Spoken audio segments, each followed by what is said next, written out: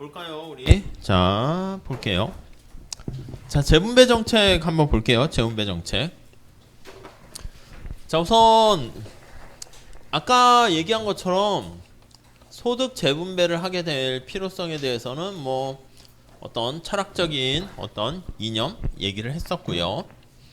자, 근데 과연 이 재분배 정책에 대해서 찬성하나 반대하나 이 찬반 논쟁을 한번 볼게요. 찬성 반대. 여러분들한테 물어볼 수도 있겠지만 한번 뭐 보통 교과서에서 얘기하는 거 살짝 봅시다. 반대하는 사람들도 있네. 아니 이 사람들은 왜 반대하지? 예, 반대하는 이유 가만히 보면 첫 번째, 자유주의자들은 재분배한답시고 오히려 자꾸 개입을 하게 되는 게 그냥 놔둬 이거죠. 자유주의 이념에 따랐을 때는 자유를 그냥 더 강조하는 거. 내가 선택한 거 아니겠니? 이렇게요.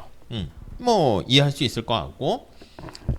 그리고 이제 경제적 관점에서는 이렇게 재분배를 하려고 하면 이제 돈이 재원이 필요하죠. 조세 파트에서 할 건데 누진세를 적용해서 좀 많이 갖고 있는 사람들한테서 재분배를 해야 되는데 거기 보시면 효율성을 저해하는 그런 효과가 있다는 거야. 효율성이 떨어진다. 그래서 내가 열심히 일을 했는데 누진세에 대해서 뭐 다들 찬성 어느 정도 하겠지만은 너무 세금이 과하면 일할 의욕이 떨어지는 거죠. 그래서 근로 의욕을 떨어뜨리거나, 그러니까 일을 많이 해서 돈을 많이 버는 사람은 근로 의욕을 떨어지게 될 뿐만 아니라 저소득층은 우리가 다음에 보겠지만 정부가 보조를 해줘. 그러니까 굳이 내가 일을 했는데 월 한 200 번다? 정부가 보조해줬는데 200 준다? 그럼 못하는 일을 해. 그냥 정부가 주는 것만 받고 말아야겠다. 이럴 수 있겠죠. 그 다음에 이자 소득에 대해서 우리가 소비를 하지 않고 저축을 한단 말이지. 이 저축은 미래 소비를 위해서 저축하는 건데 이러한 저축이라는 선택에 대해서 이자 소득세를 부과하게 되면 아니 뭐야 나도 소비하고 싶은데 참고 안 쓰고 저축했단 말이야. 더 필요한 사람한테 빌려줬단 말이야. 경제 전체적으로는 희소한 자원이 적절하게 효율적으로 배분되는 효과가 됐었는데 아니 나도 참았는데 참은 나한테 이자 소득을 얻게 되는데 거기다 세금을 많이 때리게 되면 아니 나도 저축 안 해 이렇게 되는 거죠. 그러니까 국가 경제 전체적으로 봤을 때 저축이 자금의 공급이 되고 이게 투자로 연결되면 장기적으로 경제 성장이 될 텐데 그러한 기반이 무너지게 된다 이렇게 보시면 되겠습니다. 자, 그 다음에 정치적 현실적인 관점에서 이런 거 말고 야 재분배 한다고 우리 가장 복잡한 법이 무슨 법이냐 하면 또 세법이거든. 매번 바뀌어요. 그러니까 진짜 복잡해서 세무사의 도움을 받지 않고서는 잘 모르는 경우도 많아. 그러니까 이게 또 예외 조항도 많고 구멍이 숭숭숭 뚫려 있는 거야. 그러니까 이제 법을 모르는 사람들은 직장인들, 유리지갑인 사람들은 세금을 따박따박 내고 이 보통 보면 법을 좀 잘 아는 사람들은 또 구멍을 송송송, 그러니까 이게 세금과 관련한 구멍이 많이 있어가지고 진짜 과연 이게 실효적인가? 실효성이 있나? 거기에 의문을 제기하는 거야. 그러니까 뭐냐면 재분배 정책을 복잡하게 누진세와 뭐 이렇게 예외 조항 두게 되는데 아니 그게 법을 잘 아는 사람들은 다 빠져나가고 모르는 사람들만 다 걸려나가는 거니까 과연 이게 현실에서 성공적으로 해낼 수 있을까? 거기에 의문을 제기하는 거예요. 그러니까 하지 마세요가 아니라 그딴 식으로 하려면 하지 않는 게 낫겠다 이렇게 얘기하는 거지. 물론 이제 현실에서는 이렇게 찬성하는 사람들의 의견이 당연히 더 지지를 받고 있습니다. 그래서 윤리적인 관점에서는 앞에서 본 것처럼 자유주의와는 달리 평등주의라든가 그리고 공리주의도 여기 해당했습니다. 공리주의, 소득에 대한 한계 효용이 체감하게 되면은 완전 균등이 차라리 낫다 이렇게 얘기를 하게 되고요. 롤즈는 당연하게 되는 것이고 그리고 경제적인 관점에서도 살짝 보시죠. 아니 공공재도 소득 재분배가 그 혜택을 골고루 누리게 되면 이 공공재와 같은 그러한 효과가 있지 않습니까? 공공재로서의 역할을 할 수가 있게 된다. 소득의 불평등이 심해져가지고 막 이렇게 막 빈익빈 부익부가 심해지면 사회 자체가 불안하고요. 뭐 안정적이지 않겠죠. 그러니까 그 혜택은 많이 가지고 있는 사람들도 혜택을 향유할 수가 있게 된다는 것이죠. 그리고 이제 보험의 원리에 또 입각한 것도 있습니다. 우리가 미래는 잘 모르잖아. 그래서 한번 잘 나가던 사람이 또 망하기도 하고요. 안 되다가 흥하기도 하고요. 그래서 미래에 대한 불확실성에 대비하는 보험의 원리 측면에서 이런 재분배 효과도 있는 게 좋겠다. 외부 경제 같은 말이죠. 공공재라는 게 약간 우리 본 것처럼 이로운 외부성의 효과를 가지고 있네요. 네, 이렇게 보시면 되겠어요. 그리고 밑에 정치적인 관점에서도요. 이게 뭐 경제와 정치는 이게 분리되는 게 맞는데 정경 분리. 근데 현실에서는 부와 권력이 어느 한쪽에 쏠리게 되면 정경유착이 되는 경우가 많습니다. 그래서 부를 분배해야지 거기 나와 있는 것처럼 부당한 권력 집중도 막는 그런 효과도 있지 않겠냐 이렇게 얘기합니다. 뭐 그 정도 보시고 요거는 이제 방법인데 우리가 뒤에 얘기할 겁니다. 자, 우선 찬성 반대 오케이. 그래서 요런 얘기도 있지만 우리는 찬성하는 쪽으로 해서 주로 많이 사용을 하죠. 이 사람들도 이제 뭐 하려면 제대로 해 요런 의미가 되겠는데 어떻게 할 건데 그 방법이에요. 방법. 재분배 정책에 대한 방법에 대해서 살펴볼 겁니다. 우선 첫 번째 일반적인 조세 제도를 잘 조정해 가지고 텍스 제도를 좀 잘 설계해서 우리가 재분배 정책을 실시할 수 있지 않을까? 이렇게 얘기합니다. 거기 나와 있는 것처럼 좀 누진세를 적용하는 거야. 여기서 말하는 누진세라는 건 이제 소득에 대해서 누진세라는 거야. 그러니까 소득이 높을수록 세금을 많이 내는데 평균 세율이 올라가는 걸 얘기할 거야. 이건 뒤에 다시 얘기할 거예요. 자, 그래서 거기 보시면 누진세가 되기 위해서는 좀 약간 직접세, 이것도 조세 파트에서 할 거야. 그리고 소득세, 이렇게 개인의 상황을 고려할 수 있는 그런 조세가 좀 더 누진적이다. 우리가 소위 말하는 부가가치세는요. 피자에 10% 세금이 부과된다 그러면 피자 안 먹으면 어떻게 돼? 부유한 사람이 안 먹으면 세금 안 내. 가난한 사람들이 피자를 많이 먹으면 가난한 사람들이 세금을 내잖아. 그러니까 그런 물품세는요. 역진적일 수가 있어요. 근데 이 경우는 이제 누진적인 어떤 조세 제도를 설계하면 좋겠고요. 물론 아까 말씀드린 것처럼 교수님들에 따라서는 에이 그거 뭐 설계는 그렇게 했는데 부유한 사람일수록 탈세는 아닙니다. 탈세는 그거는 처벌받아야 되는 거니까 조세법이 복잡한 거야. 세법이. 그러다 보니까 불법은 아닌데 여러 가지 다양한 조세 회피 수단을 풍부하게 갖고 있어가지고 이 또 아는 사람들은 다 빠져나가고 모르는 사람들만 걸리는 거 아니냐 등등등 이렇게 된다는 것이죠. 자, 그 다음에 사회복지제도가 있습니다. 사회복지제도. 자, 복지제도 통해 가지고 재분배 정책을 실시하는데 자, 우선 첫 번째 사회보험제도가 있고요. 공공부조가 있어요. 근데 보험이라는 건 여기도 나와 있는 것처럼 보험이라는 말이 담겨 있잖아. 보험이라는 건 뭐야? 내가 낸 만큼 받아간다가 거의 깔려 있어요. 그래서 보험이라는 말에 잘 보시고 네, 요거는 뭐라고? 기여한 만큼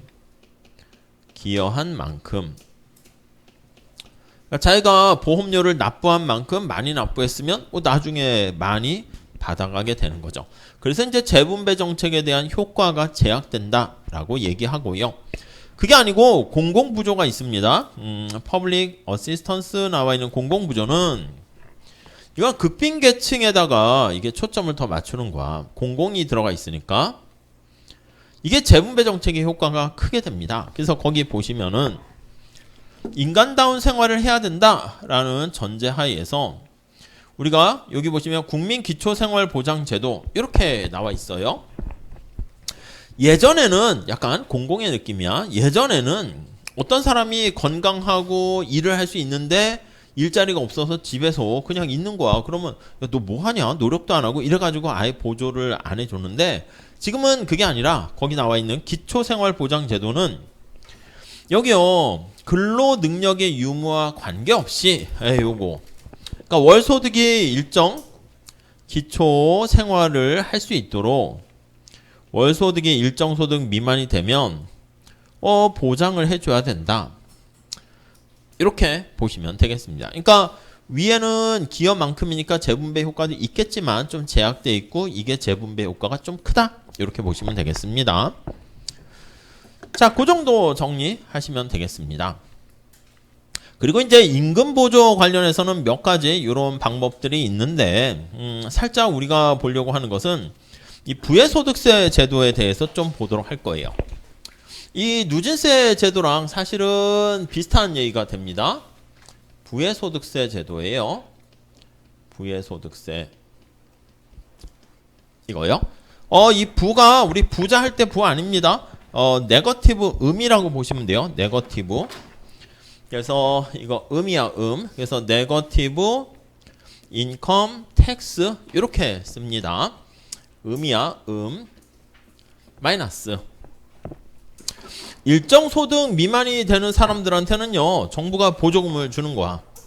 예를 들면 200만 원을 최저 생활을 위해서 그만큼 필요하겠다 이렇게 얘기를 하게 되면 어떤 사람이 200만 원에 미치지 못하잖아. 그러면 그 차이만큼을 약간 보조해 준다. 이런 개념으로 보시면 되겠습니다. 자, 기본적인 성격을 볼게요. 소득이 일정 수준 이하로 떨어지면 음의 세율이 적용된다. 마이너스 세율이라는 거니까 이제 보조금을 받는 거야. 그러니까 의미는 세금인데, 근데 마이너스 세금이니까 보통 우리가 얘기하는 건 양의 세금이지. 그러니까 보조금 받는다. 이렇게 보시면 되겠고. 자, 누진세의 논리적인 연장이야. 그래서 뒤에 조세 파트에서 보시면 얘가 뭐랑 똑같습니까? 하면 선형 누진세랑 똑같다. 이렇게 보시면 돼요. 누진세. 선형이라는 것은 이제 직선이란 뜻이야. 리니어 해서 직선. 그러니까 소득이 증가함에 따라서 텍스가 일정하게 직선의 형태고요. 누진적이다라고 하면 이제 소득이 증가함에 따라서 얘가 평균 세율이 증가한다. 이렇게 보시면 돼요. 평균 세율이 증가. 이렇게. 직선이다 그러면 요거는 한계 세율이 일정. 요건 조세 파트에서 다시 할게요. 예, 선형 누진세랑 부의소득세랑 똑같은 얘기다 라는 것만 우선 보시면 되겠습니다. 이렇게 할까요? 이렇게 텍스를 부과했는데 마이너스 a 플러스 뭐 스몰 ty 이렇게 돼 있다고 할게. 그래서 뭐 마이너스 200 플러스 뭐 0.2 y 뭐 이렇게 돼 있다 할게요. 자, 그러면 요 약자가 뭡니까? 라고 보면 t가 텍스야. 텍스의 크기고 얘는 소득입니다.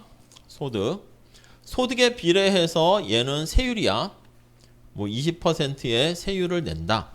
세금을 낸다. 이렇게 보시면 되겠고 A는 그냥 어떤 상수값입니다. 그래서 구체적으로 이렇게 살짝 해놨는데 여기다 한번 해볼까? 이렇게 이게 소득이라고 말씀드렸어요. 수직축이 조세 규모야. 텍스의 크기야. 자, 요 경우는 어떻게 됩니까? 라고 하면요. 요 경우는 소득이 하나도 없잖아? 그러면 마이너스 200 이렇게 되니까 요런 식으로 되는 거 알 수가 있어요. 소득이 없으면 마이너스 200이니까 200만큼 보조금을 받는 거야. 그다음 이제 소득이 증가하다가 요 기울기가 0.2죠. 얘가 기울기야. 기울기 이렇게 0.2 스몰 t는 0.2 이렇게 됩니다. 자, 소득이 증가하다가 얼마가 되면 여기 나와 있는 게 보조금을 받는 거지. 밑에서 보면 이 정도 소득일 때는 마이너스 텍스니까 이만큼은 보조금을 받는 거야. 이렇게. 그러니까 요거는 보조금을 받게 된다. 라고 보시면 되겠고, 이렇게 보조금 받다가 언제 보조금이 끊깁니까? 라고 하면 이 t가 제로가 되는 점 찾으면 얼마? 요건 좀 크네. 1000 이렇게. 이렇게 1000만 원을 벌게 되면 이 경우는 너무 크게 해서 그렇지만 이 경우는 세금을 내지도 않고 받지도 않고 그 다음에 여길 넘어서게 되면 어떻게 됩니까 하면 여길 넘어서면 이제 그때는 양의 세율을 적용하게 되는 거지. 그래서 플러스 세율 그리고 우리가 앞에 얘기한 요게 마이너스 세율 그래서 음의 세율이다 이렇게 정리를 하시면 되겠습니다. 오케이 우선 뭐 개념 잘 보시고요. 그래서 여기 보시면 단일 세율 제도라는 게 단일이라는 게 이제 세율이 0.2로 예 이렇게 일정하다라는 거고요. 여기 세율이라고 그랬죠. 요게 단일 세율이고요. 단일 세율. 자 기울기가 일정하죠. 그래서 우리가 다시 얘기하면 요게 직선이잖아. 단일 세율이 일정해. 그래서 요게 단일 세율이 일정한 한계 세율이 일정한 선형 이런 표현을 씁니다. 선형. 누진적이라는 것은 우리가 다음에 하도록 할게요. 다시 직선이구나 라고 보시면 되겠어요. 자 그래서 선형 누진세 우리가 뒤에 강조해서 볼 건데 그거랑 같은 맥락입니다. 자 긍정적인 측면은 뭡니까 라고 하면요 약간 이게 권리야. 그래서 우리가 예전에는 뭐 받으려면 조건도 제시해야 되고 제가요 이렇게 되고 이것도 이제 좀 약간 부끄럽거나 수치심을 느낄 수도 있는데 이건 아니야. 그냥 내가 일정 소득 미만이면 그렇다고 뭐 엄청 뭐 당당하게 그건 아닌데 받을 게 이렇게 있으면 뭐 재난 보조 받는 거 비슷하게 조건이 되면 신청하면 그냥 받게 되는 거니까 상대적으로 수치감을 느끼지는 않고요. 그리고 기존의 조세 체제에서 운영되니까 새롭게 뭔가를 설계할 필요가 없는 거야. 그런 측면에서는 행정적으로 심플, 단순하다. 그리고 별도의 수혜 자격을 심사할 필요가 없는 거야. 그러니까 딴 거 다 필요 없고 일정 소득 미만이 되면 그러면 여기 일정 소득 미만 여기선 1000만 원이네. 미만이 되면 얼마의 보조를 받는다. 이렇게 보시면 되겠습니다. 그리고 이제 또 제일 좋은 거는 이제 현금으로 보조 받습니다. 그러니까 보조 방식이 여러 가지 우리가 볼게 될 건데 뭐 쌀을 사주거나 우유를 사주거나 이렇게 하는 것보다 그냥 돈으로 주는 게 받는 사람 입장에서는 제일 좋다 이렇게 보시면 되겠습니다. 자 근데 단점 거기 나와 있는데 이게 일정하게 그냥 퉁 쳐서 얘기하다 보니까 특정 계층의 특정한 요구 같은 것들을 좀 뭔가 섬세하게 이렇게 수용하기가 쉽지 않은 뭐 그런 측면이 있다라고 얘기하기도 하고요. 그리고 이제 제일 중요한 게 아까 말씀드린 것처럼 근로 의욕을 떨어뜨립니다. 그러니까 그냥 약간 이쪽에 있는 사람들은 뭐 일을 해봤자 뭐 그렇게 뭐 200만 원씩 그냥 주는 거면 일을 해봤자 내가 8시간씩 일을 했는데 250만 원 받는다? 아 그러면 뒤집어 얘기하면 8시간씩 일을 했는데 50만 원 더 받는 거잖아. 에이 그 시간에 그냥 딴 거나 하지 뭐 이렇게 된다고. 그리고 두 번째는 모든 게 그렇듯이 돈이 많으면 상관없어. 정부가 돈이 없으니까 이거 해줄게 저거 해줄게 뭐 정부가 무슨 돈이 어디서 막 이렇게 땅 파서 뭐 금방금방 돈이 나오는 것처럼 얘기하는데 정치인들은 또 자기 돈이 아니다 보니까 뭐 이거 해줄게요 저거 해줄게요 이렇게 하는 건데 이 돈 어디서 나옵니까? 그럼 사실 뭐 뾰족한 수는 없지. 방법은 있다 얘기하지 뭐 다른 데 거 해서 뭐 어떻게 뭐 이용하면 전용하면 됩니다 하는데 쉽진 않죠. 그리고 근본적인 해결책이라 보긴 좀 그렇습니다. 아시겠지만 약간 일시적인 걸로 해야지 계속 이렇게 뭐 받아먹기만 하면 안 되게 되는 거죠. 구체적인 운영 방식은 이렇게 돼요. 이 같은 맥락인데 여기서는 어떻게 하는 거냐면 이거랑 똑같은 건데 관점이 저건 세금을 내는 건데 마이너스 세금으로 우리가 설명을 하게 되면은 이거는 직접 보조금으로 해서 표현을 하는 거야. 보조금 이렇게. 그래서 subsidy S는 어떻게 됩니까? 라고 하면요. 거기 식 나와 있잖아. M 마이너스 스몰 t에 E 이렇게 썼습니다. 자, 뭐 1차 식이고 그냥 별로 복잡한 건 아닙니다. 의미가 뭐야? 그것만 찾으시면 돼요. 거기 볼까요? 이게 이제 보조금의 크기야. 그리고 이 2가 뭡니까 하면 스스로 번소득이야. 스스로 번소득 이렇게. 오케이? 스몰 m은 뭐예요? 스몰 m이라는 것은 내가 스스로 번 소득이 빵이어도 이만큼은 최소한 보장을 해주는 거야. 그래서 거기 뭐라고 써 있어요? 기초수당 이렇게 표현을 했습니다. 기초수당 이렇게. 그리고 스몰 t는 이게 한계세율하고 똑같은 거예요. 한계세율. 얘는 한계세율 이렇게. 자, 이거 한계라는 건 우리가 미분하는 거랑 같은 말이잖아. 요거 다시 보면 내가 스스로 번 소득이 한 단위 증가할 때 보조금이 어떻게 됩니까? 라고 하면 마이너스 t 이렇게 되는 것을 알 수 있을 거예요.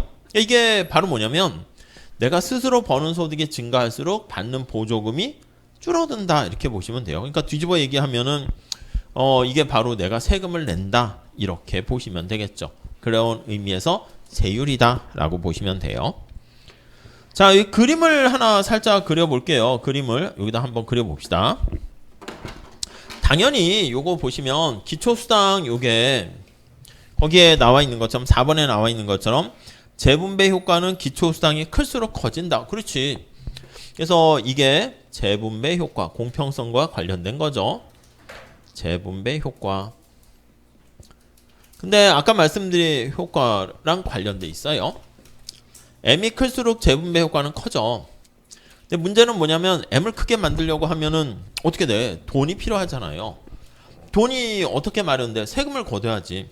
그러니까 재분배 효과를 크게 만들려고 하기 위해서는 M이 증가되기 위해서는 T가 올라갈 수밖에 없어요. T가 올라갈 수밖에 없어. 세율이 올라갈 수밖에 없어. 그러니까 누군가가 세금을 내야 되는데 정부한테 세금으로 근로소득이든 뭐든 많이 빼앗긴다 그러면 일할 의욕을 떨어뜨려. 얘가 올라가면 효율성이 저해됩니다. 하락하게 되고 얘가 올라가게 되면 공평성이 상승합니다. 증가합니다. 상승한다. 아까요. 증가. 아무튼. 그러니까 이제 공평성을 높이기 위해서는 뭔가 효율성의 상실이라는 대가를 치러야 한다는 것도 여기서 우리가 확인할 수 있겠습니다. 자, 우리가 이제 보통 이렇게 그림을 그려요. 뭐 여기다 하나 그림을 그려 놓을까요? 이렇게. 이게 스스로 번 소득이라 쓸게. 이게 내가 마음대로 쓸 수 있는 가처분 소득이라 합니다. 가처분 소득. 이렇게요. 디스포저블 해서 처분 가능한 한데 마음대로 쓸 수 있는 소득 이렇게 보시면 되겠어요. 자, 이 가처분 소득은 어떻게 이루어져 있느냐라고 하면 얘는 스스로 번 소득에다가 저기 나와 있는 보조금 요거를 이렇게 쓸 수가 있을 거예요. 그치? 내가 번 거는 내가 그냥 쓸 수 있고 정부가 쓰세요 하고 보조해 줬어? 그것도 내가 마음대로 쓸 수 있겠죠. 이렇게 돼 있어요. 여러분 만약에 요 점점점점점 45도 선이라 해볼까요? 이렇게 요게 45도 선이 되면 이거는 가처분 소득과 스스로 번 소득이 같은 상황이에요. 그러니까 내가 보조금은 하나도 없어서 번 만큼 쓰게 된다 이렇게 보시면 되겠죠. 그러니까 내가 만약에 번 소득이 50밖에 없어. 그러면 내가 쓸 수 있는 소득도 50밖에 안 되고 이렇게 되는 겁니다. 오케이? 이해되시죠? 자, 근데 만약에 뭐 이렇게 돼 있다 할게. 기초수당 뭐 숫자로는 넣진 않을 텐데 이렇게 보조금을 받는다 할게요. 그럼 얘가 여기 들어가겠네. 식이 이렇게. S가 들어가면 어떻게 될까요? 가처분 소득 요거씩 다시 써볼게.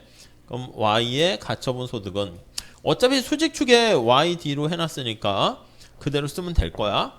2 더하기 저 그냥 쓰면 되겠죠. M 마이너스 T2 이렇게 해놨어요. 예, 소가로로 할걸. 이렇게요. 자, 이렇게 표현을 하게 되면 정리해 볼까요? 스몰 m에다가 플러스 1 마이너스 t 2 이렇게 됩니다. 오케이, 이해되시죠? 그냥 푼 거야. 저 S 값을 저기다 그냥 집어넣은 거야. 그래서 가처분 소득이라는 것은 내가 번 소득에다가 보조금까지 더해서 쓸 수가 있는데, 만약에 내가 번 소득이 없다라고 할게요. 번 소득이 없어. 그래서 2가 빵이야. 2가 빵이면 M 이렇게 M만큼 얼마인지 모르겠지만 100이면 100, 200이면 200 이렇게 될 것이고, 이게 기울기가 1 아니겠습니까? 요거 식에서 요게 기울기 아니겠습니까? 기울기 1-t가 기울기가 될 텐데, 얘는 이제 절편이고 수직축 절편이고 절편, 얘가 기울기야. 기울기가 1-t잖아. t가 만약에 뭐 0.2 이렇게 되면은 기울기가 0.8 이렇게 되니까 요거보다는 완만하겠지. 요게 기울기 1이니까. 그래서 형태가 요런 식으로 될 거야. 이렇게. 그쵸? 요거 기울기 이렇게요. 그렇게 되고 이제 어느 정도 되면은 이제 보조금이 끊기는 상황이 뭐 있을 거야. 언제 끊깁니까? 하면 언제 끊기나 볼까? 보조금이 제로가 되는 상황. S가 제로인 내가 버는 소득은, 자, S 값이 이렇게 있잖아. S가 제로는 언제 제로가 됩니까? 한번 볼게요. 그러면 이거 그냥 정리하면 되지. 스몰 m 마이너스 스몰 t에 2 이렇게 됩니다. 그러니까 내가 얼마를 벌게 되면, 스스로 번 소득이 얼마가 되면 보조금이 제로입니까? 이게 제로니까 전리 넘어가면 m을 이렇게 t로 나눠주는, 이렇게 되면 더 이상 보조금이 사라지게 되는 분기점이 됩니다. 그러니까 여기는 어떻게 됩니까? 하면 이 소득 2가 여기 t분의 m 이렇게요. 이렇게 되면 이제 보조금이 빵 이렇게 끊기고, 그 다음 이제 보조금이 끊기니까 내가 번 만큼만 이렇게 사용을 해야겠죠. 물론 만약에 내가 여기를 넘어서 가지고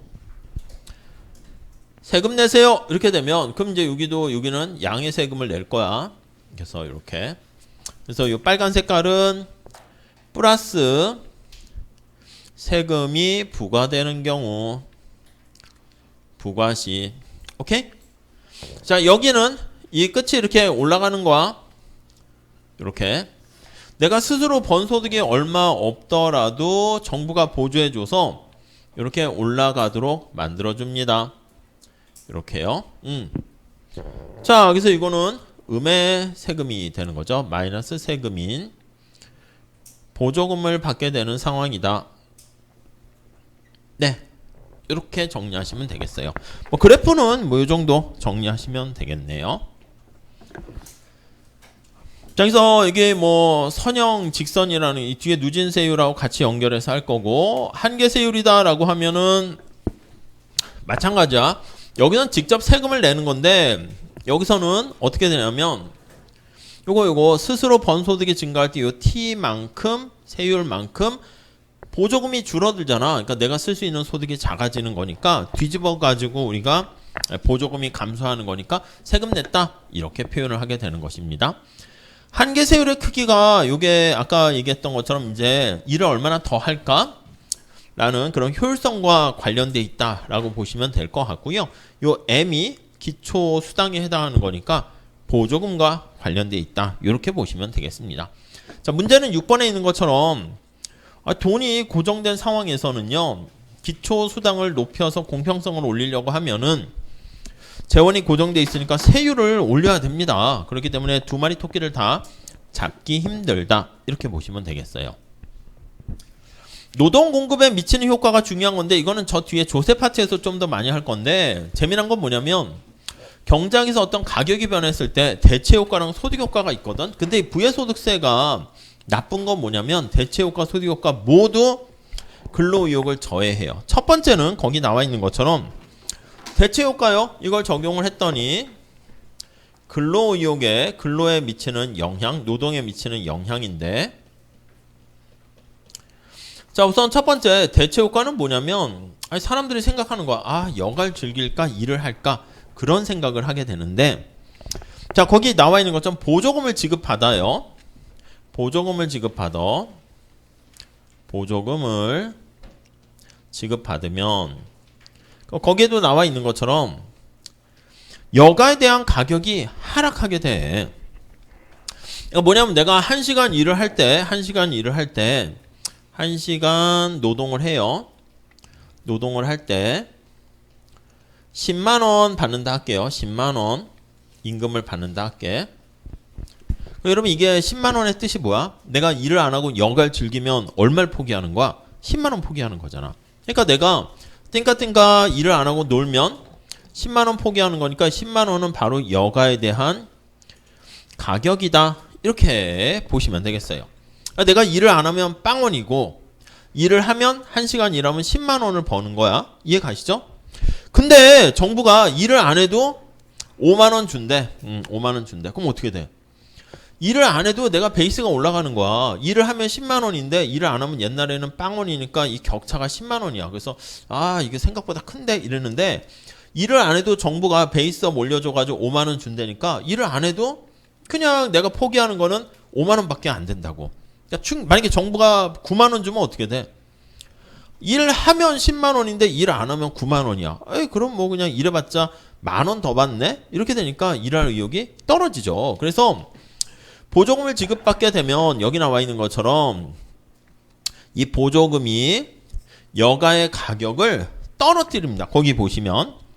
그래서 여가의 가격이 하락하게 되고요. 자, 다시요. 여가의 가격 의미가 뭐냐면 내가 일을 하게 되면 받게 되는 임금이 있잖아. 그걸 포기해야 되는 거니까 아쉬움이 남다고. 만약에 여러분들이 나중에 일을 했는데 1시간 일을 하면 100만 원 준대. 저기 와서 좀 자문과 컨설팅 좀 해주시죠. 그럼 이제 100만 원이야 시간당. 근데 저 안 갈래요. 그러면 어떻게 되는 거야? 100만 원 포기하는 거야. 그냥 100만 원. 그러니까 이거는 되게 포기했다는 대가가 크기 때문에 비싼 여가를 이제 즐기게 되는 거죠. 근데 만약에 지금 10만, 100만 원 너무 크니까 10만 원인데 정부가 보조를 해주게 되면은 그 갭이 작아지니까 여가의 가격이 싸지고 우리가 경제학에서 대체 효과는 뭐야? 싸진 거를 많이 선택하는 게 합리적인 선택이지. 그러니까 여가의 가격이 하락했으니까 대체 효과는 당연히 싸진 여가의 소비를 늘려요. 그러면 주어진 시간 내에서 여가 시간이 증가하면 노동이 감소한다. 이렇게 볼 수 있겠죠. 이해 가세요? 뭐 그래프로만 하는 것도 뭐 우선 직관적으로 이해하시는 게 더 중요해요. 다음 두 번째. 소득 효과가 또 발생합니다. 그전과 달리 정부가 보조해 주게 되니까 실질 소득이 증가하는 거야. 그래서 실질 소득이 요거는 약간 미시경제학 파트 얘기니까 그걸 좀 보시거나 아니면 그냥 요 정도로 그냥 이해되시면 우선은 그 정도 보셔도 되겠어요. 증가하게 되고 우리가 이제 보통 재화를 구별할 때 정상재, 열등재 이렇게 구별하는데 여가는 뭐 특별한 경우 빼놓고는 정상재로 보시면 돼요. 여가에 대한 소비가 증가해요. 부자가 되면 여가를 더 많이 즐기려고 하는 거 아니겠습니까? 왜 돈을 벌어요? 여가 즐기려고 사실 돈 버는 거지 일하려고 돈 벌어요? 그건 아니잖아. 그러니까 많은 경우도 있겠지만 노동은 감소해요. 재미난 특성은 뭐냐면 우리가 저 뒤에 정부가 세금을 떼내서 비례세 같은 거 부과하게 되면은 그때 대체효과, 소득효과는 이 반대로 발동해가지고요. 아니면 우리가 미시경제 같은 거 할 때 임금을 올려주게 되면 그때 일을 더 할까 말까? 그 대체효과, 소득효과가 서로 반대로 작동해서 대체효과가 늘 언제나 상식에 통하는 효과입니다. 상식이 이기면 임금을 더 줄 때 일을 더 해야겠다 이렇게 되는데 이 소득효과가 약간 삐딱 효과야. 삐딱선이가 타면은 그럼 일하지 말아야지. 그래서 막 노동 공급 곡선이 후방 굴절한다 그런 얘기를 하게 되는데 근데 이 경우는요 대체효과, 소득효과 모두 근로의욕을 저해하게 되는 좀 특수한 경우입니다. 그래가지고 여기 모두라는 말을 썼잖아. 일반적인 경우랑 좀 차이가 있어요. 자, 여기서 문제점을 보면 돈이 재정 부담이 문제가 되고요. 두 번째는 근로의욕에도 악영향을 미치게 된다. 뭐 그런 정도에 보시면 될 것 같습니다. 그리고 늘 또 학자들이 얘기하는 게 그래서 실제 얼마나 개선됐냐 그것도 효과가 있나 봐서 뭐 의도는 좋았는데 효과가 없는 실효성이 없으면 뭐 그건 의미 없는 거잖아. 그래서 그것도 이렇게 주장하는 사람도 있습니다. 자, 오늘은 여기까지 할게요. 여기까지 하고 요거 그래프 하는 거는 뭐 다음에 시작할 때 좀 얘기할 테니까 그렇게 보시면 되겠고, 뭐 그냥 아까 말씀드린 것처럼 시험 결과는 다음 주에 알려드리도록 할게요. 자, 여기서 마칠게요. 수고하셨습니다. 네.